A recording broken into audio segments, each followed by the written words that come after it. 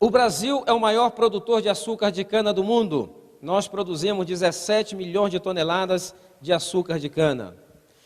Entretanto, nós consumimos dessas 17 milhões de toneladas, nós consumimos, quem vive no Brasil, nós não, né? 12 milhões de toneladas. Significa que o consumo per capita de açúcar por brasileiro são 60 quilos de açúcar por pessoa por ano. Significa que ao nascer até o óbito, mais ou menos com 73 anos de idade, o brasileiro força o seu organismo a processar o equivalente a 4.500 quilos de açúcar. O consumo de açúcar aumentou no mundo 50% nos últimos 30 anos e de uma maneira misteriosa. Aumentou também no mundo, nos últimos 30 anos, em 45%, as chamadas enfermidades neuropsiquiátricas. Depressão, distúrbio bipolar, ataque de pânico, soa familiar. Todos os países que experimentam um aumento muito grande no consumo de açúcar, de uma maneira misteriosa, 10 anos depois, vão experimentar também o aumento nos índices de enfermidades chamadas enfermidades neuropsiquiátricas. Mas qual o problema do açúcar? O açúcar deveria adoçar a nossa vida, não é verdade? O problema do açúcar está em apenas uma palavra. Sabe qual é essa palavra? Refinado. Por que não me faz mal a cana? Por que não me faz mal o caldo da cana, o melado da cana e me faz mal o açúcar refinado? É uma razão muito simples. Na cana você tem lá uma proporção, dependendo do terreno onde é cultivado, mais ou menos 28 a 30% de sacarose. E os 70% restante vai consistir de quê? Vai ser água, fibras, cálcio, ferro, fósforo, magnésio, enzimas, vitaminas, proteínas. Entretanto, no processo do refinamento, tudo isso aí é o quê? Removido. E o indivíduo fica o quê? Com 99,99 de quê? Sacarose.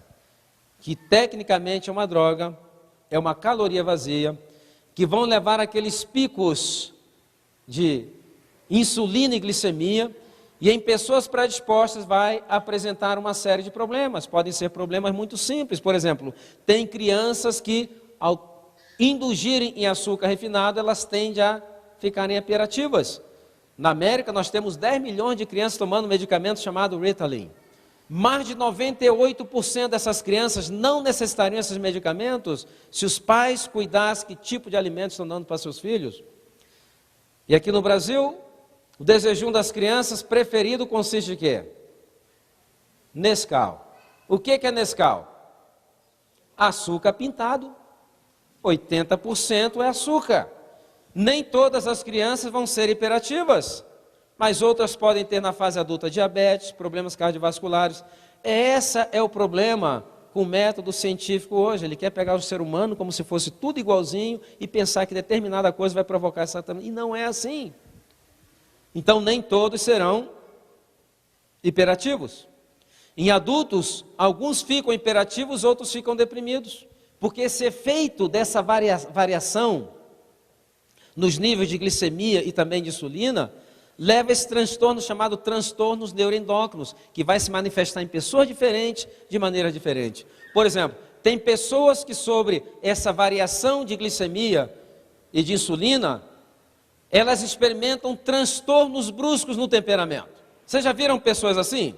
Você já viu pessoas que de repente elas estão de bem com a vida, passa por você com um sorriso de orelha a orelha, te abraça, faz aquela festa, 2 horas depois passa por você, está com a cara desse tamanho? Você fala, o que eu fiz com essa criatura?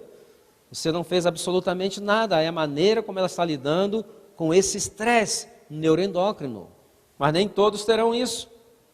Tem outros que ficarão impacientes, intolerantes, alguns ficarão violentos. Me lembro quando eu estava na emergência do hospital de Mission, lá fazendo as rotações, 2 ocasiões em que chegaram pacientes, jovem, 25 a 30 anos, algemado pela polícia. Por que algemado pela polícia? Se tornaram de repente violentos, queriam bater em todo mundo, quando a polícia chegou queria bater também na polícia, e normalmente eles trazem para emergência para ver se existe algum histórico psiquiátrico, alguma coisa. E quando chega a família, um médico que está atendendo pergunta, ele tem algum histórico psiquiátrico, está tomando algum medicamento controlado, tem histórico de drogadição, alguma coisa assim? Quando a resposta era não, nós já sabíamos o que era. É só fazer um exame de glicose. A glicose desse indivíduo estava onde? Lá embaixo. Era só repor glicose. 2 horas depois saía dali pedindo desculpa para todo mundo, igual um cordeirinho. Então, as pessoas vão reagir de maneira diferente a essa variação. E o açúcar, ele não é um nutriente, ele se torna um antinutriente, porque quando você ingere, o corpo tem dificuldade em lidar com ele, e ele precisa daqueles elementos que o acompanham normalmente na natureza para ajudar no processo de assimilação, digestão e assimilação, sem levar esse estresse. Mas como ele está refinado, não tem. Então, quando ele chega no seu trato digestório, o que o corpo tem que fazer? Ele tem que buscar nutrientes do seu corpo para ajudar no processo de absorção e nutrição. Eu, quando era criança, desenvolvi um problema de saúde por uma dieta muito rica em calorias vazias. Era uma mistura que eu fazia de açúcar, farinha de mandioca e leite em pó. Eu vivia abaixo disso. E está lá.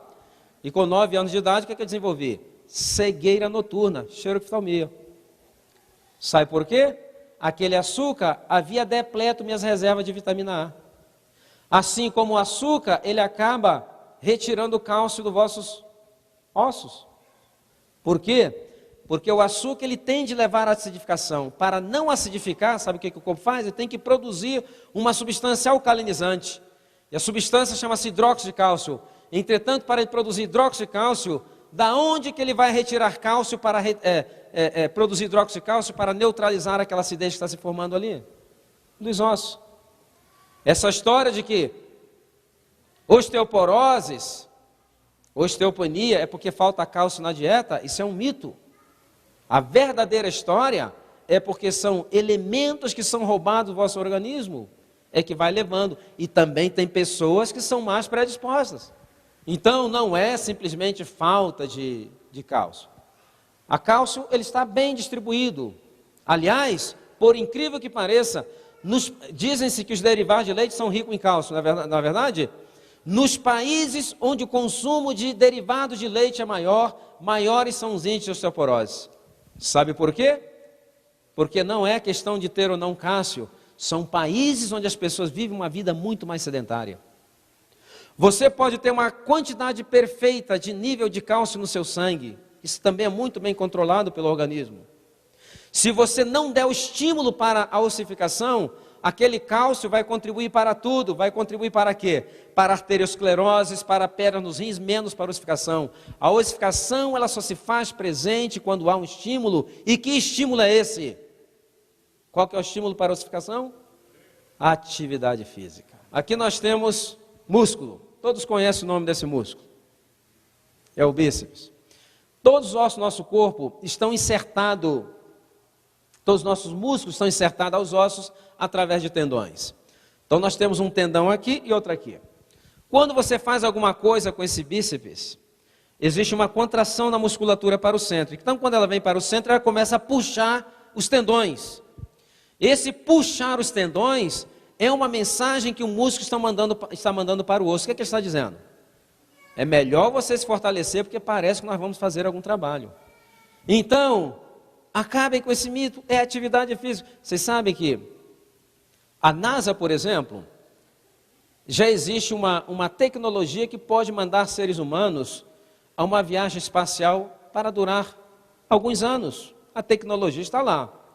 Entretanto, quando começaram as pesquisas espaciais, já na década de 40, pouco depois da Segunda Guerra Mundial, e depois se tornou muito maior durante o período do presidente Kennedy, que era para ir para a Lua, aquela coisa toda, os cientistas se depararam com uma muralha que até hoje não conseguem vencer essa muralha. Sabe o que é? No vácuo do espaço não tem esforço. Não existe gravidade, não existe esforço. Não houver esforço, o que existe? O que acontece com o músculo? Ele se atrofia. Sem esforço, o que acontece com os ossos? Você vai perder massa muscular e massa óssea. Esses astronautas que vão para as estações espaciais, depois de ficarem lá 3 meses, quando eles voltam para a fisioterapia direto e passam meses em fisioterapia. E mesmo depois de meses de fisioterapia para recuperar a massa muscular e a massa óssea, eles sempre ficam com um déficit ainda de 20 a 25% de nunca conseguem recuperar aquela massa que tinham antes da viagem. Porque não existe gravidade. E existe uma medicina, especialidade chamada medicina aeroespacial que está tentando resolver isso e não consegue resolver. Tentando criar uma gravidade artificial, aquela coisa toda. Só que aquele lugar lá em cima é um lugar inóspito. Deus criou os seres humanos para habitar a face da terra, não o espaço. Então é um ambiente inóspito para seres humanos. Então está de maneira categórica a questão do cálcio. Agora, para vocês verem o impacto que o açúcar tem sobre a saúde de uma população, em 1906 foi feita uma pesquisa no mundo, e a finalidade desta pesquisa era descobrir a nação mais saudável do planeta. E em 1906, comparada com 100 países, os Estados Unidos da América era o número 1, a nação mais saudável do planeta. 1997, voltaram a fazer os mesmos estudos, comparando os mesmos países, utilizando os mesmos critérios. Em 1997, a América já ocupava o lugar 95º como uma das nações mais enfermas do planeta, apesar de ser a que mais gasta no seu sistema de saúde. A pergunta é, o que ocorreu em 100 anos? Menos de 100 anos. 1906, consumo de açúcar na América, meio quilo de açúcar por pessoa por ano. Em 1997, o consumo de açúcar já alcançava 75 quilos de açúcar por pessoa por ano e continua aumentando. Eu creio que já passou dos 80. É o maior consumidor de açúcar do mundo, seguido de quem? De nós brasileiros, com 60 quilos de açúcar por pessoa por ano. Agora, muitas pessoas, quando eu começo a falar isso, ficam pensando, eu não adiciono açúcar em nada. Não é esse o açúcar, você não precisa adicionar. Já está adicionado para você. Se você chegar hoje na sua casa e disser, por exemplo, eu vou jogar tudo que tem açúcar fora, não vai sobrar nem o sal, que até no sal se coloca açúcar. Então não é aquele açúcar que você adiciona, ele já vem embutido. Por exemplo, uma lata de refrigerante, 12 colheres de chá de açúcar. Somente refrigerante, consumo médio per capita, 2 latas por pessoa. Somente refrigerante são 24 colheres de chá de açúcar. Eu creio que 60 quilos de açúcar por pessoa por ano ainda é uma projeção muito conservadora. Por que se comia pouco açúcar na América na virada do século XIX para o século XX? Será que eles eram mais conscientes com relação aos perigos do açúcar para a saúde? Não. É que o açúcar era uma iguaria extremamente cara. Somente a classe A da sociedade conseguia comer açúcar e guloseimas em abundância. E é interessante que quando nós verificamos óbitos de pessoas que morreram durante esse período, final de século XIX para princípio do século XX, nós notamos uma coisa muito interessante. Nós verificamos que obesidade, derrame cerebral, diabetes, hipertensão, infarto do miocárdio eram padecimentos quase que exclusivos da classe alta da sociedade. Naquela época, pobre não morria de infarto do miocárdio, era muito chique morrer de infarto, pobre morria de outra coisa, provavelmente cheio de parasitas, que a questão da higiene naquela época era terrível. Entretanto, a indústria dos alimentos notou uma coisa, notou que todos aqueles produtos que eram comercializados para essa classe alta da sociedade e que era lotado de açúcar, desaparecia rapidamente das prateleiras. Então eles pensaram, deve haver alguma coisa nesse açúcar que provoca uma dependência. E hoje isso está muito bem estabelecido, a dependência que o açúcar provoca. E eles pensaram, se nós conseguimos jogar açúcar em tudo, vai ser o boom da indústria dos alimentos. E foi isso que fizeram um lobby, pressionaram o Congresso, milhões e milhões de dólares foram investidos na indústria do açúcar para preparar equipamentos para refinar com mais rapidez, melhores técnicas de plantio, colheita e transporte. Nessa época os plantios eram feitos no Caribe, Cuba, República Dominicana, e aí o açúcar se tornou um produto extremamente barato. Por isso que ele é usado em quê? Em abundância nos alimentos que se consomem hoje. Então, reduzir drasticamente o consumo de açúcar. Bom, vamos ter que parar por aqui. Algumas alternativas. Quem fica com a medalha de ouro?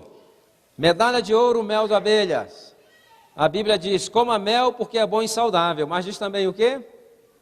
Coma com moderação, coma pouco, né? Medalha de ouro. Quem fica com a medalha de prata? Melado de cana é a medalha de prata. Quem fica com a medalha de bronze? O açúcar mascavo. E o restante, desclassificado. Ok?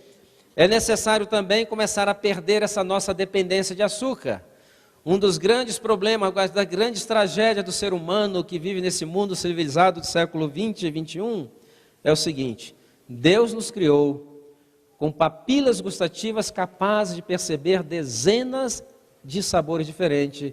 Essas últimas gerações só conhecem 2 sabores, o doce e o salgado, e nada mais. Isso é uma tragédia. Você pode pegar crianças, colocar uma vendinha nos olhos delas brincando e colocar um alimento, peça para mastigar, e você pergunta, não sabe o que é o sabor de uma fruta, não sabe o que é o sabor de uma verdura, não sabe absolutamente nada. E o caminho da recuperação e manutenção da saúde, ele é o caminho de voltar o quê? Voltar à natureza. Ok? Muito bem, eu recebi apenas uma pergunta, então não temos mais perguntas. Então, aqueles que fizeram, entregue, nós vamos responder então amanhã, né? Porque estamos com o horário então avançado. E a pergunta aqui é, qual o motivo para desenvolver doença de Crohn? Doença de Crohn, existe uma tendência genética. Existe, por exemplo, os europeus brancos caucasianos têm mais predisposição para desenvolver essa enfermidade, que alguns acreditam seja uma enfermidade autoimune. Agora, está relacionado com a predisposição e também com o quê? Com a alimentação. Então, se você, aqui vem uma coisa interessante, você pode ter uma predisposição genética, entretanto, somente a predisposição genética não vai te levar à enfermidade. Você precisa criar. Eu, por exemplo, eu devo ter um gene para diabetes, que me predispõe a diabetes. Se eu não criar o estímulo, o ambiente necessário, esse gene nunca vai se expressar. Minha mãe já era diabética com 29, 30 anos, que eu me recordo. Falei que minha família é todos diabéticos, média de vida 48 anos de idade. Mas o que eu fiz? Eu tenho a tendência. Mas o que eu fiz? Eu não dou estímulo. Então esse gene está lá, está dormido. Ter o gene com essa predisposição não é uma sentença de morte. Você pode ter o gene, você não pode dar o quê? O estímulo para que ele então se manifeste, ou se expresse, melhor dizendo. E por que Crohn pode desencadear câncer no intestino? É porque é um processo inflamatório, não somente Crohn, todo processo inflamatório crônico por um período muito longo, ele vai provocar um câncer. Por quê? Porque a célula está sendo constantemente agredida, e ela vai então recombinando o seu código genético para poder se adaptar àquela agressão. E aí passa para aquelas fases de adaptação da agressão, que vai chegar finalmente a uma célula mais resistente à agressão. Qual é a célula mais resistente às agressões? É uma célula cancerosa. Então, é uma adaptação a uma agressão. Por isso que retira-se então o agressor. Princípio número 1, retira o abuso, retira o agressor, remova. Princípio número 2, forneça ao seu organismo agora aquela matéria-prima de primeiro que ele necessita para reconstruir-se. E número 3, utilize elementos da natureza para estimular o organismo nesse processo de reconstrução. Isso é muito fácil. Manter e recuperar a saúde é algo muito fácil. Ficar doente é algo muito difícil.